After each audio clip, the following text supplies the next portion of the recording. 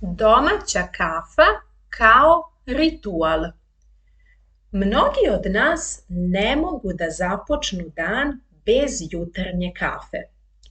Ljudi u Srbiji vole da piju domaću ili tursku kafu bez šećera, sa šećerom, uz ratluk, sa malo mleka. Takođe, neki ljudi vole da gledaju u šolju. To obično rade mlade devojke.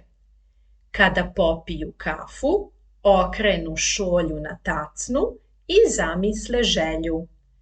Posle 10 minuta jedna devojka iz grupe, ekspert za gledanje u šolju, tumači figure koje talog ostavlja u unutrašnjosti šolje. Naravno, to je samo igra.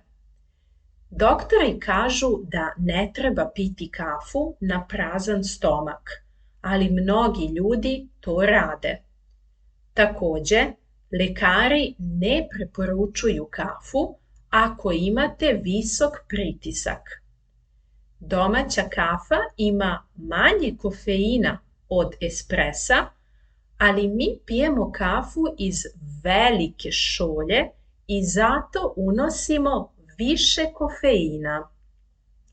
Ta velika šolja je motiv za specijalan ritual.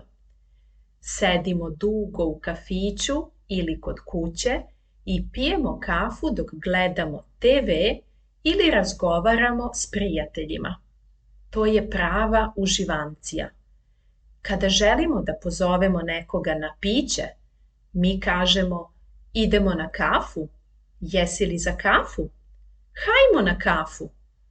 To ne znači da moramo da pijemo baš kafu, ali obično kažemo tako.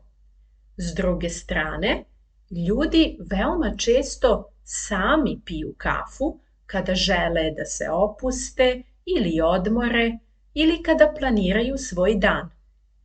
Mislim da Italijani ne vole mnogo domaću srpsku kafu. Šta ti misliš?